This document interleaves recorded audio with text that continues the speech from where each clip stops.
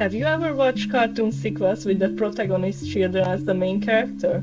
People either loved them and watched them on repeat 1,000 times as a kid, or went on in-depth rants about them on the internet. Hello YouTube, I'm Telly. And I had some thoughts about two of these sequels the other day, or even before that to be honest. I had these two concepts laying around, and so I thought I'm going to make it into a video today. Both of the original movies that inspired these sequels are really fun and well made in my opinion, so my goal in this video is to be creative and have a little fun exploring what if some things were written differently in their sequels. This video will contain spoilers, obviously. I'm not here to bash the original movies, more like point out what I enjoyed about them as well as their flaws while creating alternate versions of the stories. This video won't be scripted and I'll just be going over my notes that I made for it, and let's start. Let's begin with Lady and the Tramp. And just an amazing movie for dog lovers or everyone that likes animation. And its sequel, I think that was pretty fun as well, but there were some things that the people on the internet have been complaining about that I can truly agree with. I will be going over details of both stories, which I will change, then I will be showing you my redesigns for some of the characters and talk to you about them a little. Lady and the Tramp 2, Scamp's Adventure, follows the son of the two titular characters, Scamp, and his journey of running away, meeting a pack of stray dogs, befriending one of them, and learning the value of family. With Scamp's redesign, I was going for a similar look as to what he had in the Scamp comics, which were released somewhere after the original movie. Just like for his sisters, I blended Ladies and Tramp's design together a lot more than how they have done it in the sequel, with all siblings looking like one parent, except for one that looks like the other. This was a huge cliché in movies like this. Let's move on to Angel. What I had in mind for her was to make her look more like a character that would have appeared in the first movie, with her colors and overall look. I made her fur look longer to match her character more. After all, she's been living on the street alongside the pack. I had this design lying around for a year or two now, and I think it turned out cute. Now let's continue with the dog pack. Buster himself is pretty similar to what he was like in the original movie, but I made him a bit closer to Scamp and Angel in age, and so he's a little shorter than some of the other dogs in the pack. He used to look up to Tramp when he was a little puppy, over hearing stories about him, but when he learned that he settled down to be a house dog, he immediately lost that interest in him. Let's say he no longer looked up to him. The other members of the pack are Jade, Rusty and Pepper. They are basically original characters and they're there to replace the original dog pack. And I had a similar concept in mind with them as with Angel, to make them more similar to something that a character in the original film would be. Think of like the pound dogs. Rusty is very satisfied with the fact that he doesn't have to depend on an owner. Pepper is more pessimistic and used to life on the street and doesn't think there's a possible way out of it. Jade is more like a kind and sarcastic character who sympathizes with Angel and gets her desire to be a house dog, and she often tries to stop Buster from being so rude to the other dogs. The beginning of the story would focus on the family and the dogs themselves, and how Scamp isn't really satisfied with his life there. His main goal would be to find adventure, and he seems really bored of his easy everyday life. When the family goes for a walk, they arrive in the park, and Scamp manages to run away during the walk because he sees a rat. Call back to the original movie with Lady chasing the rat, and he is really enjoying running around the park, and this is when he spots the junkyard dogs, or the dog pack. When the owners manage to put the leash back on Scamp, they walk home and then he is chained to the dog hut. In this version of the story, the puppies knew all along that Tramp used to be a stray dog, and Scamp runs away that night, thinking that if his father could live like that, so can he. Scamp meets the junkyard dogs in a similar way as in the original, and Buster is friendly towards him, but in a pretty fake way. Scamp joins them for the day, and Buster challenges him to a race past the big dog that blocks the street. Somehow the dog catcher gets the dog, Scamp saves Angel, and the others are impressed. At home, the dogs and the owners notice that Scamp is missing, and there's a side plot with them. The sisters speak about him in a mean way first, and their character development would be realizing that they really do care for him and regretting their remarks. But it would have more detail than in the original, because basically this happens there. But I'd make it more detailed. And the dogs are barking. They're really setting the ideal vibe for Lady and the Tramp right now. What I was thinking of here was that Buster doesn't really give Scamp any tests. Instead, these things happen as like a little competition between the two. Basically, they let Scamp join, but they kind of humor him for being a house pet. The dog pack leaves to the park where the Tramp comes up, and Buster talks about him disrespectfully. Scamp keeps it a secret that they're related. After that, the pack rests for the night near a train station, where Scamp wonders why he feels like he doesn't have a place between these dogs either. Him and Angel talk about having a family, and she opens up about having 3 previous families. Scamp asks why Angel is staying with the junkyard dogs if she doesn't like it, and she says it's because Buster helped her when she first ended up on the street, but he changed a lot after seeing Tramp with Lady. The train scene and the spaghetti scene could stay just about the same as the original because I think it's very cute and it's like one of the good parts of the movie. Scamp and Angel then go to Scamp's neighborhood and see that they are taking a walk looking for him, but he refuses to go back yet, which Angel really isn't happy about. After that, Scamp decides to secretly separate from the group, alone, and then Angel follows him.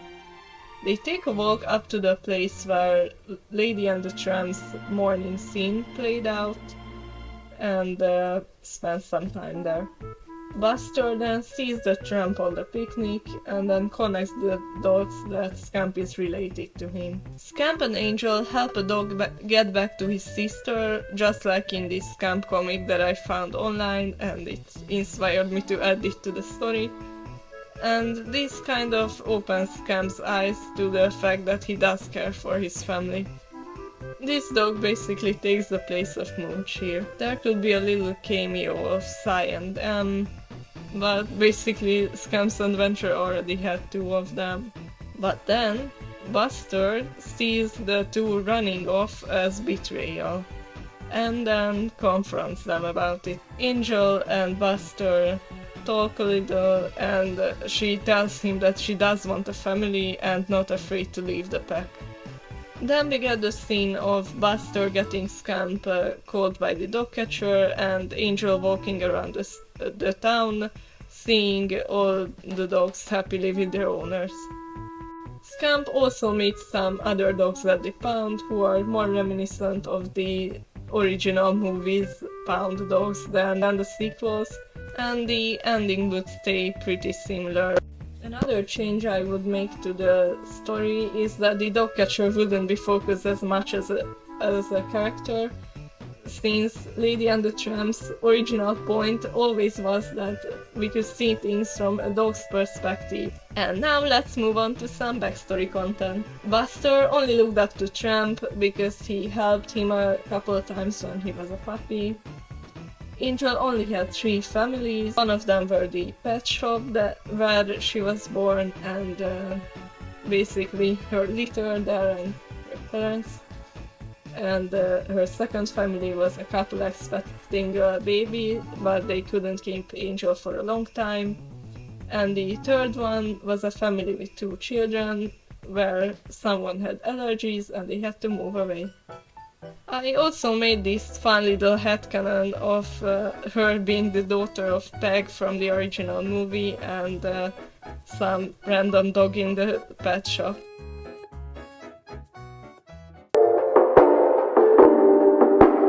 The original Balto movie was based on real events and about a heroic sled dog, Balto, and his team who delivered medicine to the town of Nome. However, its first sequel, Balto 2 Wolf Quest, was a full-on fantasy story about Balto's daughter based on the fact that she doesn't feel like she belongs between the other dogs due to her father being part wolf.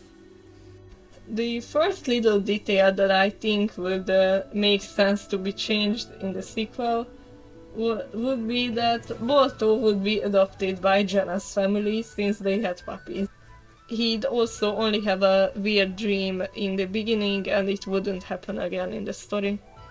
The puppies in this movie seem to follow the same cliché as Lady and the Tramp, and so I made a little redesign of all of them.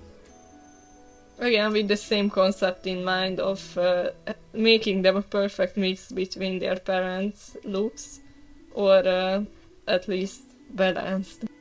I heard from some very reliable sources, I don't remember from where, but we just wanna forget that Balto's main characters were inspired by Lady and the Tramp, and it's kind of visible, but in a good way, since they're still original. And so I'm not surprised of the sequels being somewhat similar as well. Speaking of redesigns, I kept Alu's design kind of the same, with some small changes, like adding this stripe on her nose. I also designed this little dog character who will be one of Alu's friends. In my version of the story, she would have some dog friends that she couldn't really relate to. Alu is scared of people at first and doesn't let humans pick her up for a while, and Balto still isn't completely used to all the positive attention by everyone in town. His daughter almost gets adopted by a sled team owner, then gets to see a little bit of the life of a sled dog. As she was pretty curious because of Balto's stories of being one, but she doesn't seem to like that lifestyle. She prefers to live with Balto's family, unlike in the movie where she didn't get adopted. Realistically, they would immediately adopt basically a town hero dog's puppies. In this story, unlike in the previous one, the puppies are told that they are part wolf by Balto, and everyone thinks of it differently. Like, some of them are proud of it, some of them are confused or just don't really mind. And Alu, well, she doesn't really get how she could be part wolf since she has never interacted with any wolves. But one day she sees a pack of wolves coming near the ship where his father used to live, and she's really intrigued, so she approaches them. And the scene in the beginning where Balto protects Alu from a hunter would be placed here instead. In this little sketch page I also added a scene of Alu protecting this puppy, who is definitely not a fan puppy of Star and Dixie from the original movie, from an angry husky who tried to steal food from her. Balto and Alu talk a little bit on the ship, and basically she doesn't run away immediately after talking to her father, but instead she runs away overnight. The puppy that Alu protected visits her parents looking for her, and that's when they realize that she's missing. And we also get to see older Mac and Luck, the polar bears from the original movie, but in my interpretation they wouldn't have as much screen time, but would still appear. Here, instead of Balto leaving alone, Boris the goose tells them to go together instead with Jenna. Alu's siblings are concerned as well and try to help their parents in the beginning. The parts with Balto meeting the spirit animals and Alu following the crow is still there, and that crystal scene must be kept because it is iconic. After that, she rests a little bit in the cave and has a weird dream similar to his father's in the beginning. When waking up, Alu sees a wolf pack from the distance while she's near the sea and follows them. Then a male wolf called Taku, I'm going to use this fan-made name for this red wolf here. He notices her and talks to her a little bit and tells her about the problem of the prey running out. Alu makes 2 new wolf friends. One of them is Taku and I named the other one Rika. Alu spends a little time with the pack and learns to love the wild and free life of the wolves. The pack gets attacked by a bear and Alu tries to protect them, and this is where Balto and Jenna come in and helps the pack with distracting and fighting the bear, and the family reunites. The pack tells the family some stories about Anayu, Balto's mother. Well, in this version, she will definitely be Balto's mother, and about how she disappeared while they spent the night there.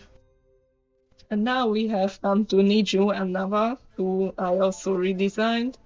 So Niju isn't just a clone of Steel from the original movie, but the plot point of him not wanting to leave the place where they originally lived, even if the prey is running out, is still there. Just like most of the scenes at the end on the ice and Niju going back to the original land with Nava. I don't think it needed to be mentioned in the movie, and it's probably kind of obvious, but I want to mention it, that Muru and Anayu are basically these guardian spirit animals. I think this movie's ending should be kept because it's a really interesting concept that they had the main character leave to do her own thing, and it's kind of a really nice way to end it. And we don't really know what happened to her after that, so I'd add a little scene of the wolf pack arriving on a new island at the very end, but it's still nice. And it would stay almost the same, except both Balto and Jenna are there to say goodbye to Alu, and as they go back to the town, they spread the word that she's finally in the right place now. The things I haven't mentioned in this video will be kept the exact same, or at least very similar to the movie's content. Well, this was my take on Lady and the Tramps and Balto's sequels, and I hope you enjoyed this video. If you want to share any opinions or questions, or maybe just how you would reimagine these movies, go to the comments and I would love to read them. If you like stories, watching art and animation content, and more videos like this, then consider subscribing to my channel and liking this video. Well, this was it for today. I hope you all have a nice day. Bye!